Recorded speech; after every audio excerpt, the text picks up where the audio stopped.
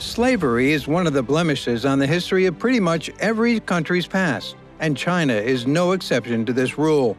China's slave past reaches back even further than most, spanning almost 3,000 years. Slavery in China was quite a bit different than slavery in other parts of the world. In this video, we tell you the details about the horrible reality of slavery in ancient China. Chinese peasants. One of the most essential things to keep in mind when studying about slavery in ancient China is that it was quite different, for example, from slavery that took place in the United States. In the United States, slavery was a general racial type of chattel slavery. On the other hand, in China, the boundary between the peasant class and the slave class was not as well delineated. Both castes lived their entire lives extremely impoverished, in servitude to others from wealthier social strata. Poor people, whether they were enslaved or free, would have had little means to move away from the land they worked on and would have been forced to dwell there or nearby. A major difference in the life of a free citizen and a slave in ancient China was that slaves were compelled to remain in the same location for the duration of their servitude, whereas peasants were free to move about and might leave their dwellings at any time. On the other hand, the fact that peasants were granted permission to go outside of their communities does not guarantee that they actually did so. It was difficult for a peasant to move away from their home because doing so was fraught with danger and required significant financial investment. Slaves were not allowed to own property of their own. One more important aspect that differentiates these two socioeconomic strata is the degree of brutality that they would have been exposed to in their respective environments. Both of these groups were subject to being severely mistreated by members of the upper classes or individuals who controlled the land on which they lived and worked. It is plausible to suppose that slaves were subjected to a harsher level of abuse as a result of the fact that they were held to a significantly higher standard of obedience than free citizens were. History of Chinese slavery. The history of slavery in China dates back much further than the history of slavery in any other country, as was indicated at the opening of this video.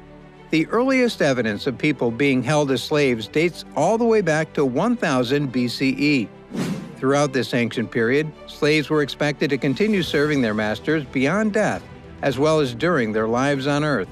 It was normal tradition for a wealthy man's entire slave staff to be put to death and buried alongside him when he passed away. This allowed the slaves to accompany the wealthy man into the afterlife and ensured that he not only had servants, but also wealth. It is difficult to talk about slavery in ancient China in a general sense due to the fact that some dynasties relied greatly on enslaved people, while other dynasties took attempts to abolish it. Earlier, we said that slavery in ancient China was not based on race, and while that is true, it is not so simple. In fact, as early as 600 BCE, thanks to the Silk Route, there were slaves from Africa, for example in China, becoming a slave. In later times, when people began to sell themselves as slaves to avoid paying taxes or to save themselves from starvation, the line between citizen and slave became even more blurred than in earlier times.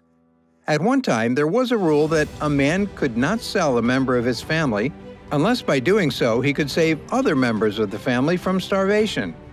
However, this rule was not strictly enforced, and as a result, many people were sold as slaves by their families despite the existence of this rule.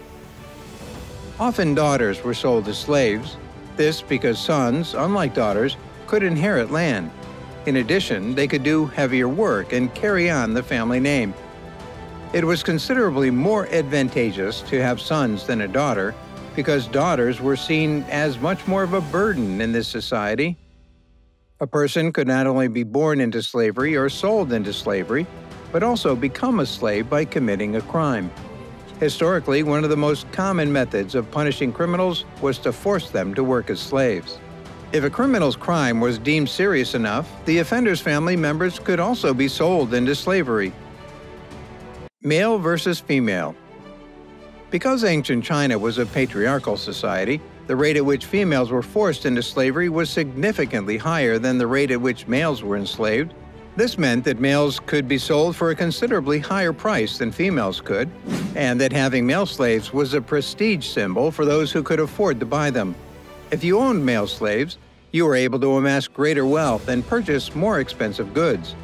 This does not, however, indicate that male slaves were treated any better than female slaves. In fact, in most cases, males and boys were forced to perform more strenuous labor than women and girls. Daily life. The life of slaves was notoriously difficult, as one could reasonably expect. Their daily lives were determined primarily by the tasks they performed, but regardless of where they lived or what they did for a living, slaves were subjected to cruel punishments for disobedience or for insufficient effort at work. Unlike laws of other countries, Chinese law prohibited putting one's slaves to death in retaliation. On the other hand, because of the inhumane conditions in which slaves were kept, it was unusual for slaves to die a natural death. So guys, let me know your thoughts down in the comment section below. For more interesting content, give this video a thumbs up, and don't forget to subscribe to the channel for more awesome content. Have a nice day, and we'll see you in the next video.